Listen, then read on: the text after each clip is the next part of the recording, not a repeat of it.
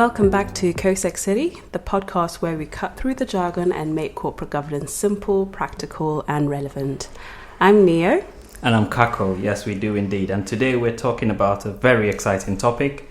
We're talking about the future of stakeholder management, balancing shareholder and societal expectation. Exciting, isn't it? Yeah, very exciting. So the future of stakeholder management is all about balance. And that tightrope is getting so much more thinner and more complex to navigate. On one side, shareholders expect returns. Of course they do. They're the shareholders. And on the other side, societal demands fairness and of sustainability, accountability, and so much more. Remuneration is under the microscope like never before. And the environmental topic as well is increasingly getting much deserved attention. Exactly, and, yep. Yeah, and also we know that like governmental regulations and also regulators are also turning up the heat, aren't they, Neo? They are indeed. And of course, this is where governance professionals sort of come into their own, not just as compliance officers, but as translators between capital markets and the court of public opinion. So we help boards to make decisions that protect value today and also earn trust tomorrow. Yeah. And to help us unpack this topic and what it all means in practice, not just theory, we're joined today, I'm excited to say, by Jacob Pitt, manager at ComputerShare Entity Solutions. Jake, welcome to CoSeCity. Could you give our listeners a quick introduction of yourself? Of course, we already know you, and what you do. So it's just so our listeners know a bit more about you. Thank you very much for having me. It's a pleasure to be on your fantastic podcast. So I work at ComputerShare Entity Solutions. We provide sort of outsourced and professional services advice in the corporate governance space. I've worked in professional services for most of my career, and I also contribute to Governance and Compliance magazine. Very impressive CV, Jake. Not as impressive as both of yours. You mentored us. Yeah, you definitely mentored us. You did a great job. So as Kako opened up today, well, our main aim is to highlight the practical approaches for boards and governance professionals in 3 hot button areas. So that is remuneration, the environment, as well as regulation or government. Yeah. So shall we jump straight into pay? Yeah. Which is always a very sensitive topic. Definitely, you're right. Remuneration is a huge topic. As you know, shareholders vote against executive pay policies, and that's on the rise, isn't it? Especially with FTSE 350 companies. We've noticed that trend, haven't we? Yeah, 100%. I mean, the proxy soliciting service Gregson, in their recent report, they highlighted that there were 3 times as many significant votes against remuneration policies compared to last year. So I think that in itself speaks volumes. Yeah. And now, Jake, before we get you in about executive pay and how to balance that and create some fairness, if at all that would be possible, we would also touch the fact that shareholder consultation cannot be limited to just 3-year policy cycles. We believe that, and it's increasingly becoming apparent that a more frequent approach and more regular review of this would be done. Yeah. But to now kick us off with this discussion, Jake, I believe the question is, how can governance professionals balance executive pay with fairness for the broader workforce and to increase societal trust as well? I think that's the first half of the question. Maybe we start there and we can explore a bit further. Yeah, I think it's important to acknowledge that there are pressures on boards when it comes to particularly executive remuneration. It's a very competitive landscape for high quality CEOs and CFOs. So, it is important to be sympathetic to particularly Remco chairs when they're going through these sort of challenging decisions. Equally, they do need to balance the societal and particularly when we're talking about stakeholders, particularly the workforce are a massive stakeholder in this. we've gone through sort of cost of living crisis. People's pay may not have caught up. So naturally, there's going to be a bit of scrutiny around particularly executive remuneration when the workforce hasn't necessarily kept up. Yeah.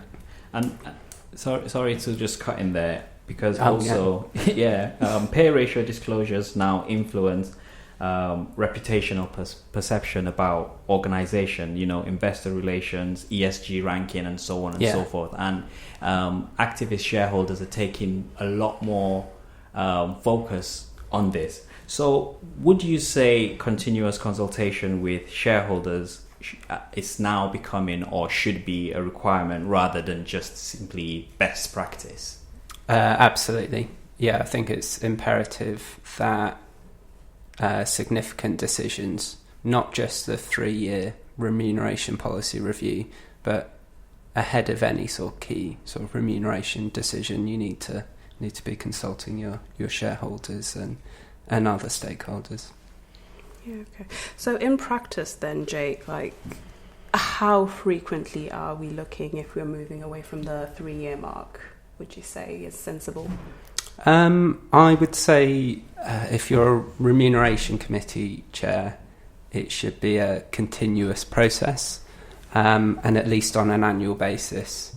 When you reach out to your shareholders, it's perfectly possible that 9 times out of 10 you won't necessarily get a response, because shareholders don't always have something to say about sort of remuneration.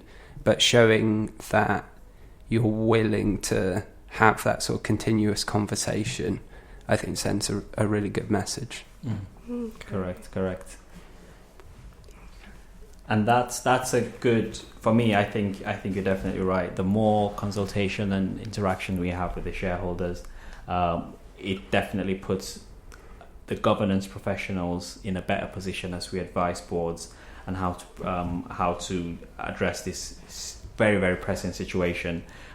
We would quickly pivot to the environment and the impact that's having.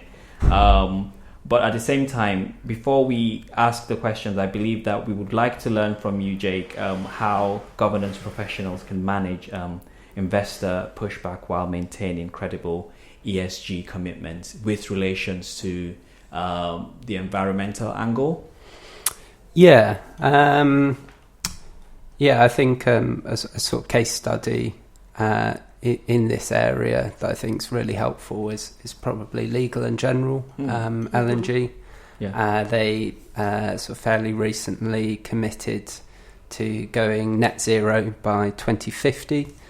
There was a bit of investor pushback. There was some pushback internally as well. Most of the sort of concerns related to shareholder value. But what they did really well was get that sort of board level buy-in. The board as a team were signed up to it. They brought in the right experts. They consulted their stakeholders and showed that sort of real commitment to it. So I think that's probably one of the success stories about sort of managing that pushback, is listening, bringing in the experts, and keeping it credible.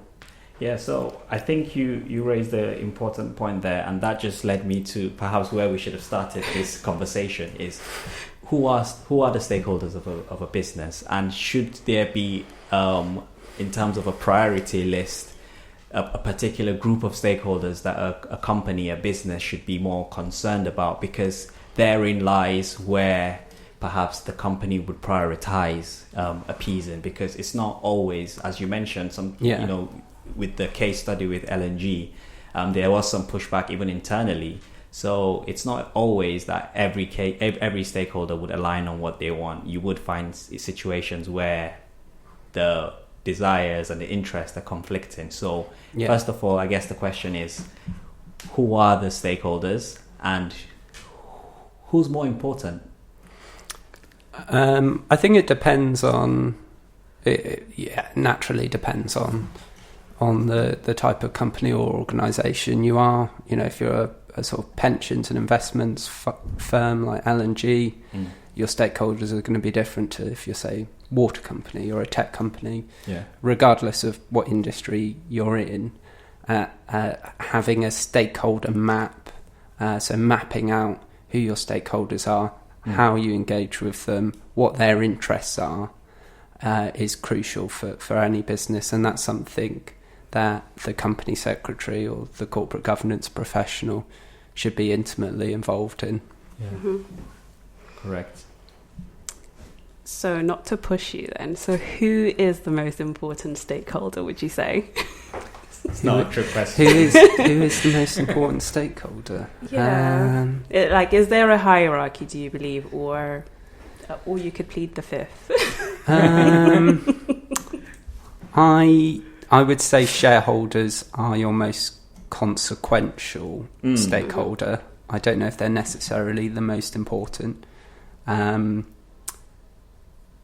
Society as a whole, I think, is a vital stakeholder, and ensuring that you have the right sort of reputation as you go about business.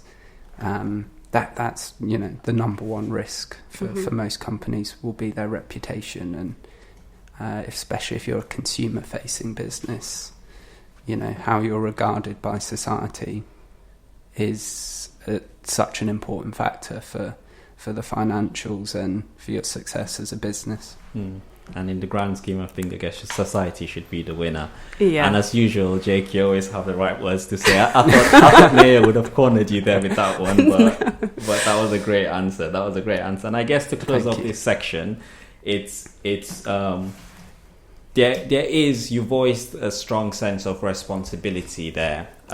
So who would you say this responsibility lies with, or where's the nexus or the balance between companies, the government, in general, in driving meaningful environmental change? Because we did say from your previous response that you brilliantly answered, society is the winner. So how can we, the government, businesses, find that balance to create the environmental change that would ultimately benefit society as a whole? I think the board is, companies are hierarchical in nature, so having the board sort of buy into that whole sort of environment agenda and the sort of stakeholder and societal expectations piece is vital, because that will cascade throughout the organisation. Yeah. Having the corporate governance professional or the company secretary or however you style it, having that sort of function supporting the board in that process is crucial, and I think it's incumbent on all of us as governance professionals to make sure we're advising our boards on sort of how to go about dealing with sort of environmental issues and all sorts of other sort of stakeholder engagement issues. Correct. So just back on the net zero point, sorry to sort of pull us back. So we're seeing an increase in companies sort of starting to scale back on their, I guess their promises, if you like, to, reach net zero by 2050. But I think also we've got, I've seen a few news articles where politicians are also like pledging to remove those net zero targets by 2050. Like, how do you think that will then impact board decision making processes, like just from that lens? I think it's worth bearing in mind that a lot of companies put into very ambitious net zero targets at a time where societal scrutiny of ESG and the environment was at its peak. So companies responded to that as the sort of societal attention on carbon emissions and pollution has slightly waned in the last few years. I think some companies have taken another look at their sort of ambitions and gone, well, maybe we were a bit too ambitious and we can't quite achieve that in the timescale we set ourselves. And I think a lot of it does come down to government regulation and how the sort of targets that government are setting. And I'd look at the example of Norway, which is a massive oil producer. It's got big North Sea deposits, but 90% of its new cars are electric vehicles. So, that just goes to show that when there is sort of public pressure and government action, then you can achieve sort of meaningful change. So it's not all down to companies and corporations. Other sort of actors can make a difference. That's correct. And you mentioned government actions, and we know government actions can come in different forms. Yep. One of which is regulations, also political scrutiny as well, because just to pivot to that, political scrutiny of like ESG, DEI, corporate practices that has before now been seen as best practices are receiving some pushback, especially in like the US and some high profile sectors. Governments are also increasingly active stakeholders, as seen in some tech sectors, for example. What do you think, and how do you think this can be balanced? Because there is, or what role do the regulators play in terms of ensuring that stakeholder management of a business from that perspective caters for, say, the government and the political side of running a business? I think it's a really interesting area, because until sort of fairly recently, sort of government and business didn't really cross paths all that much. Whereas now we're seeing sort of more active government, more active regulators in the business community. Is that a good thing? I don't know if it's good or bad. I think there's been a sort of a lot of change in the business world, and I think governments are getting towards a position where they feel they need to intervene in the market where the market isn't properly working. So a good example of that would be sort of water, where there have been challenges in the water sector.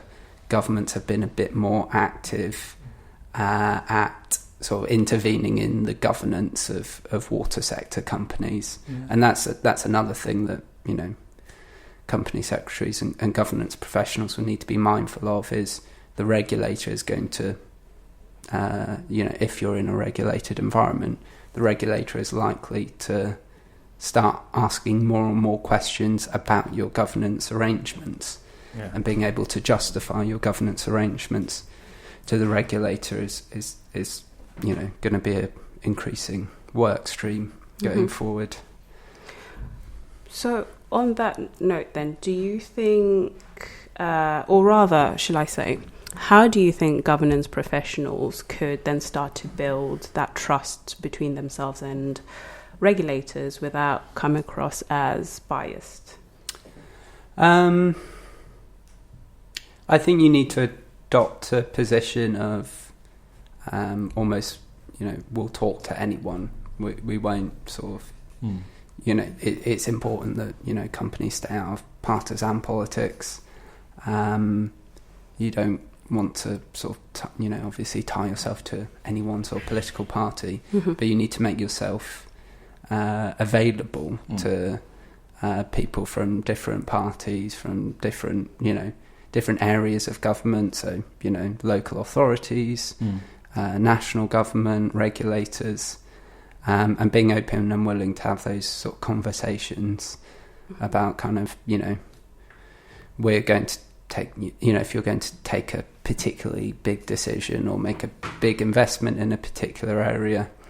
Now I think you need to consult government and regulator more in more depth than perhaps you would 5 years ago. Okay, no, that's a really good answer. Thank you so much for that. And then just quickly, I want to understand as well, what strategies, if any, do you think boards could adopt to help influence policy making without crossing into lobbying or compromising their own independence? That's a really good question. I think it does come down to your sort of stakeholder mapping. Mm-hmm. I think we sort of touched on that earlier, but having sort of moving your sort of government and regulator as a sort of stakeholder on your stakeholder map from that sort of keep informed position to proactively consult. So making sure, and I think that word proactive is important because you don't want the regulator coming to you after the fact. You don't want to surprise the regulator. Really. That's true. You want to say, hey, we're thinking of doing this. Is this okay? What do you think? True. Yeah. Now, this has been a fascinating conversation on stakeholder management. As we come close to a end of this podcast, we're going to come back to you, Jake, for a final nugget of wisdom. 30 seconds ago. But honestly, I really enjoyed this conversation. We learned about stakeholders, the different various stakeholders. We've learned about the matters and pressing matters around remuneration, environmental issues, and also government and regulatory issues that affect stakeholder management. Before we come to a close, Jake, what is your part in piece of wisdom on this topic? I'd say carry on listening to this podcast. I think that would, there's lots of wisdom in this. That's fantastic. Let's end it there. Yeah, let's kill it there. Let's end it there. But no, listen, thank you very much, Jake, for coming on. We also would like to shout out and appreciate our wonderful producers, Bloomsbury Radio, for hosting us. That's the close of this podcast, The Future of Stakeholder Management. We've seen how boards are under pressure from every angle, pay fairness, environmental accountability, and a fast changing regulatory landscape. Yep, exactly. And through it all, governance professionals have a critical role to play. We're the bridge between shareholders and society, helping boards strike a balance that delivers both value and trust. Definitely. So next time on CoSeCity, we'll be diving into episode 6, where we speak about navigating the evolving regulatory landscape. I think Jake has given us a little bit of a taste of what that might look like. Mm-hmm. And I'm really excited to learn about how, this regulatory shift, UK listing rules, Companies House reforms, the new ID verification, and how governance professionals can guide board through all these complexities. Yeah, 100%. It is a must listen, so looking forward to seeing you then. Thanks for listening, and follow, subscribe, share, and all the usual stuff. Yeah. Thanks, guys.